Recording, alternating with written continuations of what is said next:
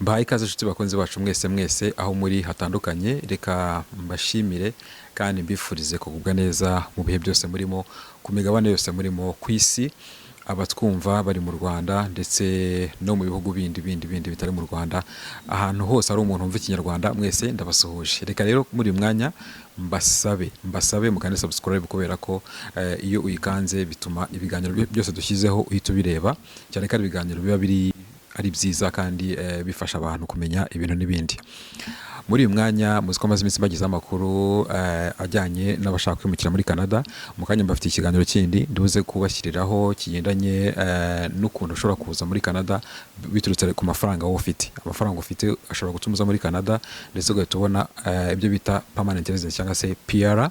Ndaza kubigarukaho mu kanya mu kiganiro kindi gikurikiraho, muraza kukibona. Ariko mbere gato mfite breaking news, ni amakuru atugezeho none ahangaha y'umuhanzi Mbonyi. Muzi ko mu minsi ishize nababwiye ko hari ibivugwa ko yaba yarabyaye afite umwana.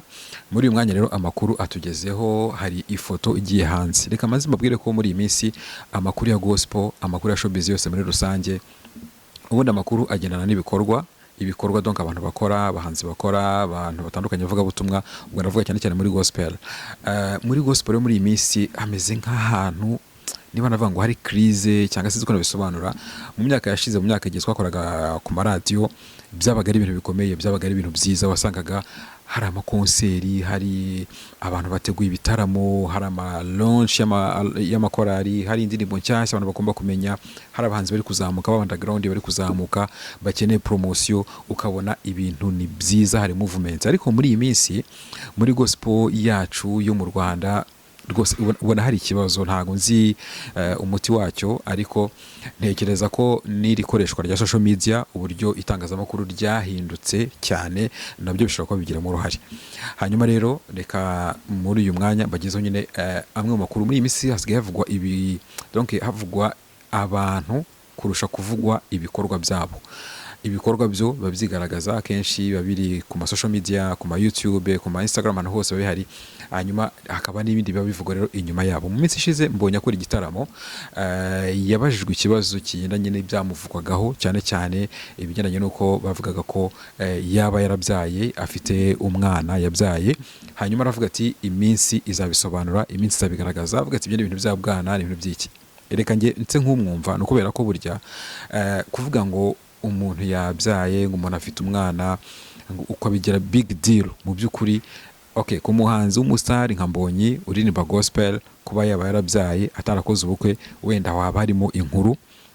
Ariko nanone nta kintu kidasanzwe ku muhanzi nanone w'umustar ufite izina, ufite abantu benshi bamukurikirana, ufite followers benshi, wibogari, ufite umusore, ufite umubiri ukora neza, kuba yabyara ntago ari ibintu none ntabwo ngo ntibisanzwe. Ni ibintu bisanzwe, ni ibintu umuntu wese byamubaho. So uyu mwana mu kiganiro cy'ubushize nabwiye ko azaba umwana w'umugisha, cyane ko ni umwana w'umukozi w'Imana, ni umwana w'umuhanzi, ni umwana uvukiye mu mafaranga, ntago avukiye mu buzima bamwe bavukiyemo.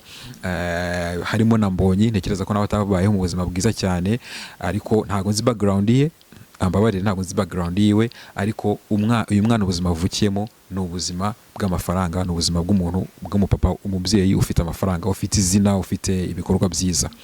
Cyane ko n'uyu mwana kwitirirwa uyu muhanzi, kuba ari umwana w'uyu muhanzi, nabyo ubwabyo byazamugiza ahantu henshi hatandukanye, cyane ko ari umuntu uzi kubana n'abantu neza. So ni umwana rero w'umugisha.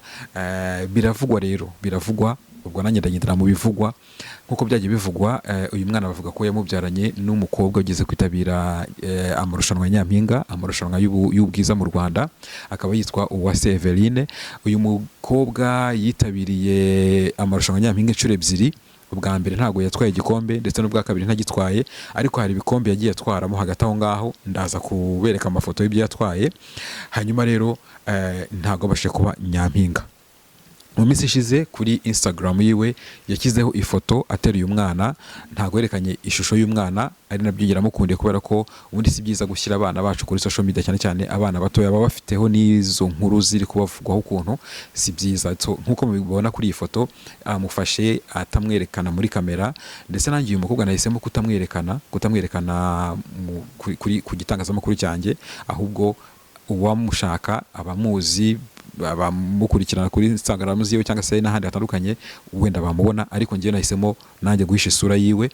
So biravuga ko rero uyu mwana, uyu mukobwa akikiye ateruye, uyu ni mama we, ndetse akaba uyu mwana ari we wa Israel Mbonyi, niko bivugwa. Ibyo ngibyo ni bivugwa kuri ubu ngubu. Uyu mukobwa akaba akodesherezwa inzu, cyangwa se uyu mubyeyi akaba akodesherezwa inzu n'uyu muhanzi witwa Mbonyi Israel, akaba amukodeshereza inzu rwose nziza, we n'uyu mwana we, ahantu muri Kicukiro, ndetse ahantu rwose bivugwa ko ari inzu nziza cyane, ari inzu igaragara neza cyane, ari inzu nyine ikwiriye kubamo uyu mukobwa ndetse umudamu cyangwa se umuntu wabyariye Mbonyi. So arimo arakodeshereza inzu mu karere ka Kicukiro, aho ngaho niho bivugwa. Ikindi ni uko uyu mukobwa ntabwo ari uwo mu bwoko bw'Abanyamurenge Israel Mbonyi akomokamo nk'uko abivuga, ahubwo bikaba binavugwa ko ashobora kuba ariyo mpamvu bitajya hanze cyane cyane ko namwe nyine nkuko mubizi ni bake cyane, ni Abanyamurenge bake cyane bajya bashakana n'abantu batari Abanyamurenge. Simvuze ko bitabaho, bibaho rwose cyane, ariko ntago umubare ari munini.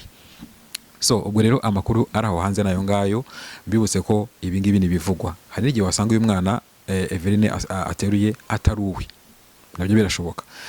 Ayo ni amakuru aba ari kuvugwa, ntago mbishimangije ijana ko nta DNA yapimwe, nta rukiko rwabyemeje, ba nyirabyo ba nyiri kubivuga ubwabo ntibabyemeje, yaba Mbonyi ntiyabyemeje cyangwa se nabihakana. Yavuze ko iminsi izabisobanura, ubwo nyine iminsi kugenda ibisobanura, hari igihe tuzabona andi makuru yenda atandukanye nayo ngayo, ariko kuri uyu munsi iyi niyo foto iri hanze, niyo foto igiye hanze, donc isobanura cyangwa se igaragaza uyu mubyeyi, umudamu wabyaranye na Mbonyi.